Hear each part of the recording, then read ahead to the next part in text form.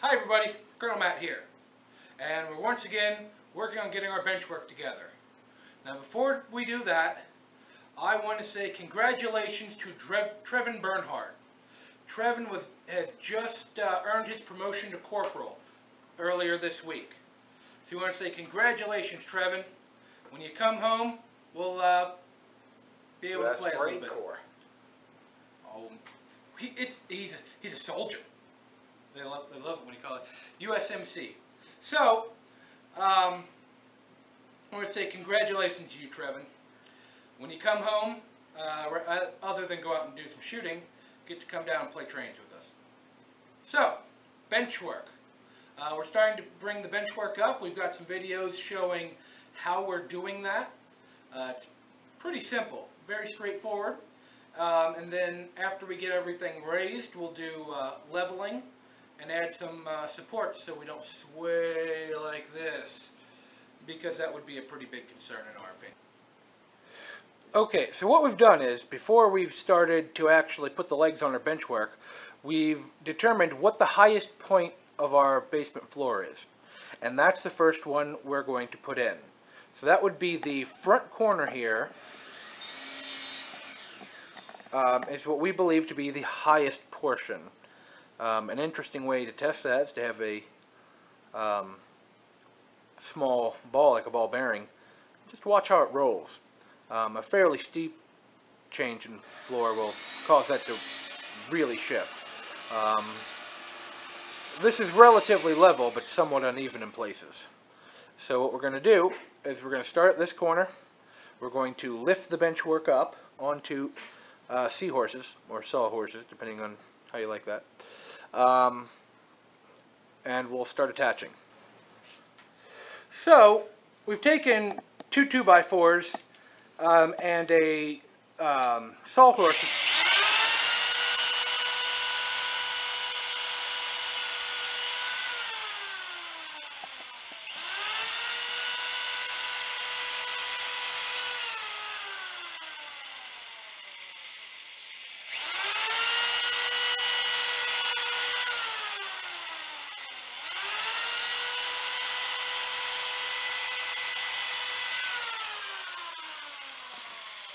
So we've taken two 2x4s to a sawhorse that has a clamp built in the table, and we're just using that to hold up either end as we're working.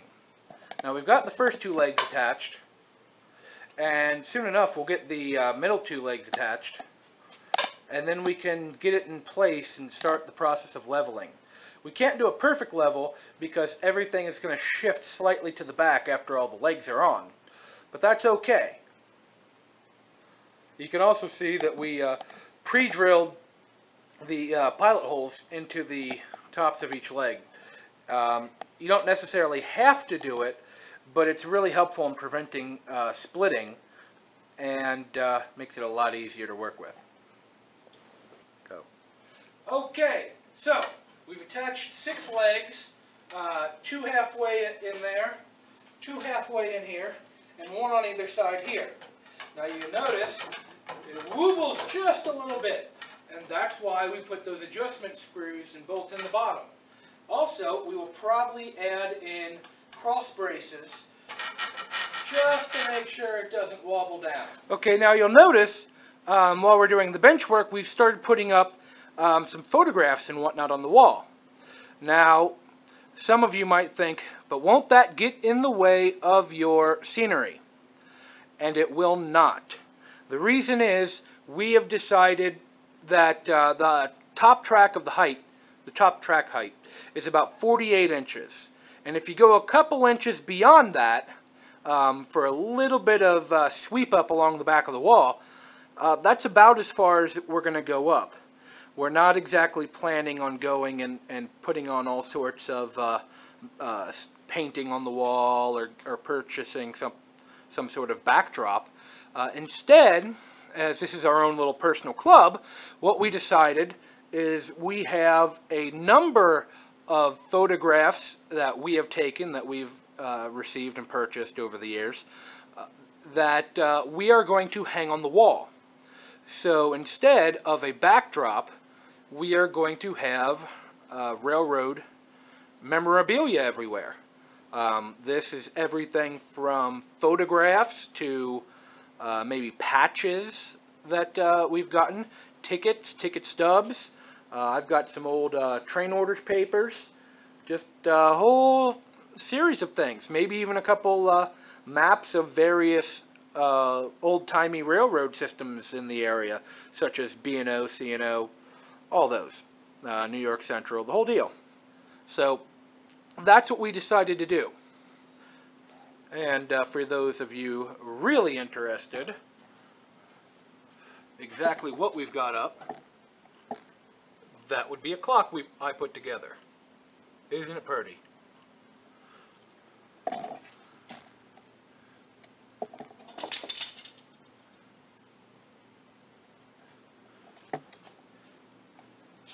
And our current showcase, a nice print of the 20th Century Limited.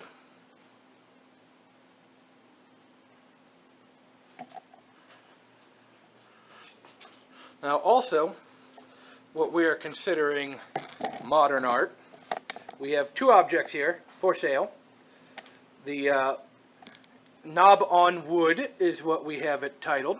The artist is Crazy Mr. Ernst. Ooh, an impressionist. Ooh. Opening bid will be $250 for knob on wood. Now below, we have another knob on wood, also by Crazy Mr. Ernst. And that one's opening bid will be $150. Bargain basement prices on that one. Fully featured. It's both a knob and it's on wood. Nice little border on it. Let us know. Okay, so what we've done is we've got 3 of the 4 in the air, and we've matched up the ends, clamped them, and then screwed them together. Once they're screwed together, we no longer need the clamps. The next step is to get this positioned and leveled as a unit. And once this entire section is level and in good shape, we can get this section up on legs and then attached. We can actually go ahead and attach it now. That'll be a pain. Why? Because it's floppy and won't let you shift. Yeah, but it'll keep it from moving while you're... Oh, I don't worry. I'm not worried about that now. It's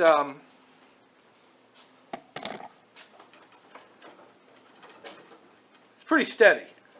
That's a lot of weight to be pushing around. And after the cross beams are in, those legs aren't moving. Not moving at all. You know, one thing I was thinking of? Okay, so we're done for the night. As you can see, why don't you pan it around a little bit, Matt? We've got... Maybe.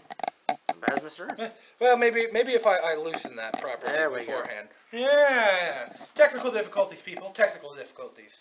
As you can see, we've got all 4 of our initial sections up. They're not leveled yet, but we are going to put some cross pieces in there. That way we don't have any swaying. I know we've said that about a dozen times, but it's kind of important. You really don't want your benchwork to fall over. That's how you break stuff. Yeah, we don't want to have to replace engines either. Right, don't want to have to replace anything. So, here's a little demo of a bridge that we have been given. And once the 2-rail track gets replaced with 3-rail and a little modification, this will be on the layout. Right about over there, right past the clean-out boxes. I don't know if anyone's ever seen the clean-out boxes being, working. Pan over this way, Matt. Ready? Kind of anticlimactic. True. I mean, but it's a clean-out. If ever the the sewer backs up, We'll have to get through the we layout. can get in there. Which actually necessitates that this entire chunk is going to be somewhat more modular than the rest of it is, even though those are 8-foot chunks that'll be able to be taken apart. This will have to be just a little more modular, probably bolted. That way we can pull it away in case of need of access. And there it is, track. Oh yeah, we had a track video. You saw it. Well, kind of, but there wasn't all So, with that, until a couple nights from now, we'll get another video up. This is the whole gang signing out.